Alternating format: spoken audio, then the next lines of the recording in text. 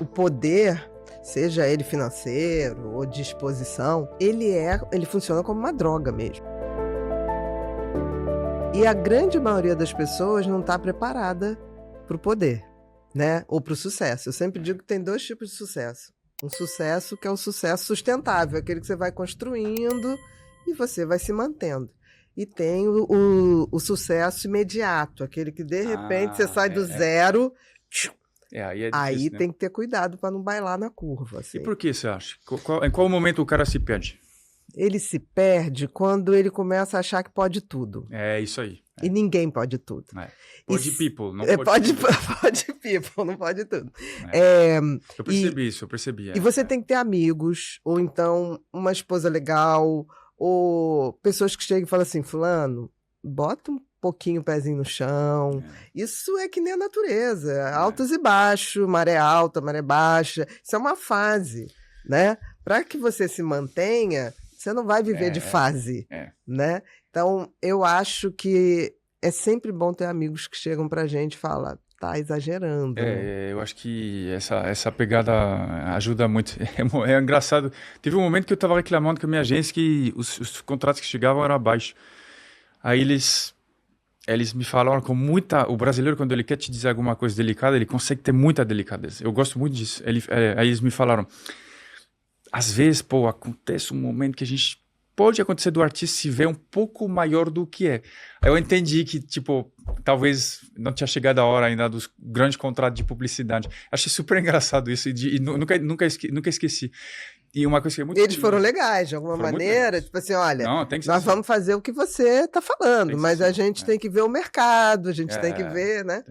Mas uma coisa muito interessante que é curiosa, assim, que eu estou exatamente na regra dos 50-50. Aproximadamente 50 pessoas que eu encontro na rua me conhecem e 50 pessoas não me conhecem.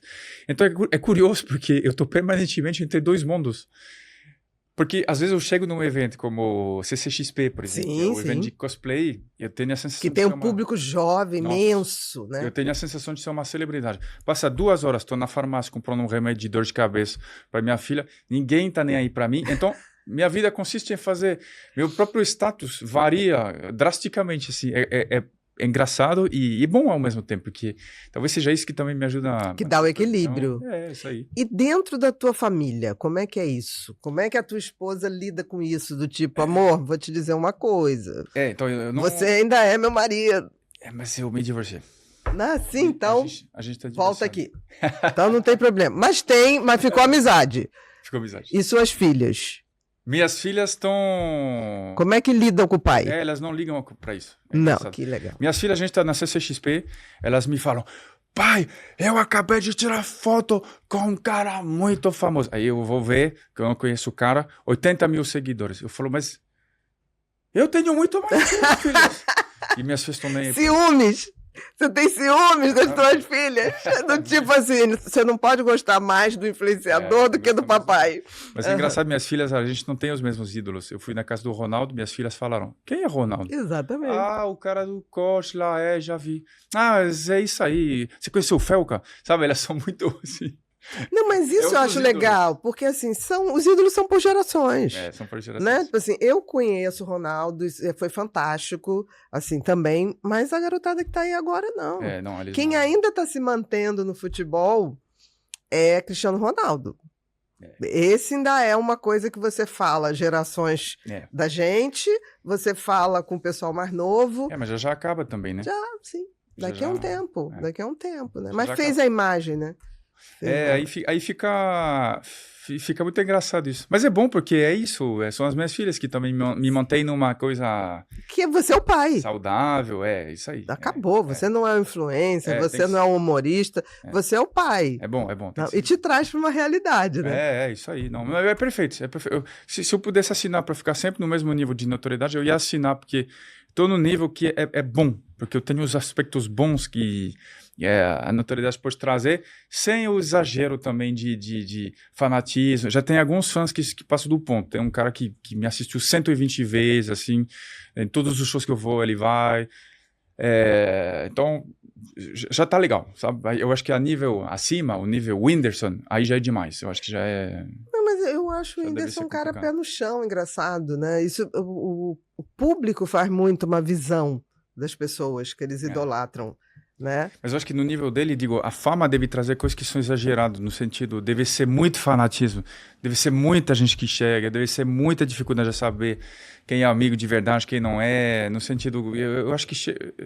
Engraçado, eu acho que a fama, a partir de um certo nível, traz mais malefícios que benefícios. Eu acho que tudo depende do bom senso. É. A gente não pode perder o bom senso e falar, peraí, tá demais. É. Eu achei maravilhoso você chegar ao Ronaldo. Acho que o Ronaldo é um jogador que eu tenho profunda admiração, que foi o jogador que mais se reinventou como empresário no mundo. É. Eu não acho que é no Brasil. O Ronaldo, ele viu em algum momento que ele não ia ficar um jogador decadente Aham. e virou um empresário super bem sucedido. É. Quando ele foi comprar o Cruzeiro, que todo mundo é loucura, eu falei, ele está lúcido.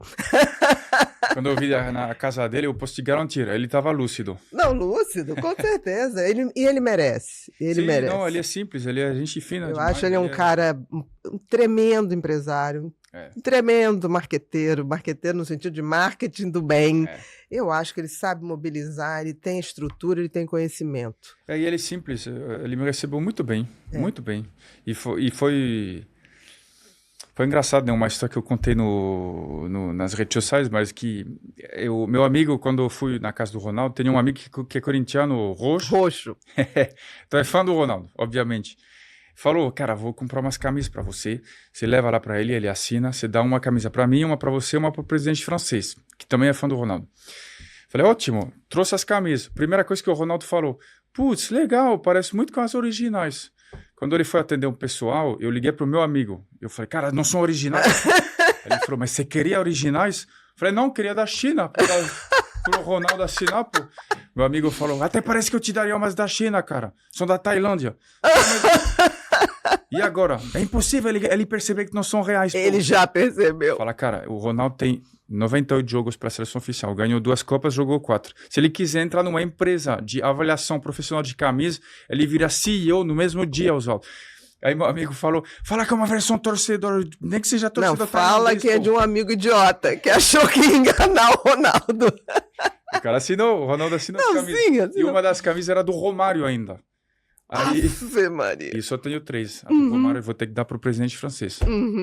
Então ficou assim. Mas o Ronaldo é muito simples, ele é legal, com ele dá certeza. risada, E é um cara isso. admirável pela trajetória dele, de superação como atleta, de reinvenção após parar de jogar. Eu acho admirável. Admirável.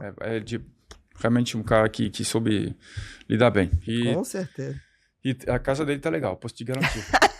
Maior dificuldade de um TDAH na vida em geral? Depende, porque assim, nenhum TDAH é igual ao outro. O critério para a gente tratar não é se é TDAH ou não, é o quanto ser TDAH traz sofrimento e limitações. E dentro do ser TDAH, quais sintomas que incomodam? É a impulsividade, jogando os relacionamentos ladeira abaixo? É a desatenção, gerando desorganização, falta de planejamento? É a inquietação, fazendo que uma pessoa não consiga, por exemplo, ir ao cinema porque não consegue ficar dentro de uma sala de filme por 2 horas? Não consegue ver um filme em casa? Não consegue assistir uma série porque a inquietação é tamanha que ele tem que estar o tempo todo se mexendo? Tudo pode ser prejudicial, mas tudo tem jeito, tudo tem que ser organizado. Agora, sem o conhecimento de si, do seu funcionamento e aonde pega para você o TDAH, ninguém vai poder te ajudar. Por isso que você tem que ter conhecimento. Vamos juntos nessa jornada de autodescoberta? No meu curso Superando o TDAH, eu pego na sua mão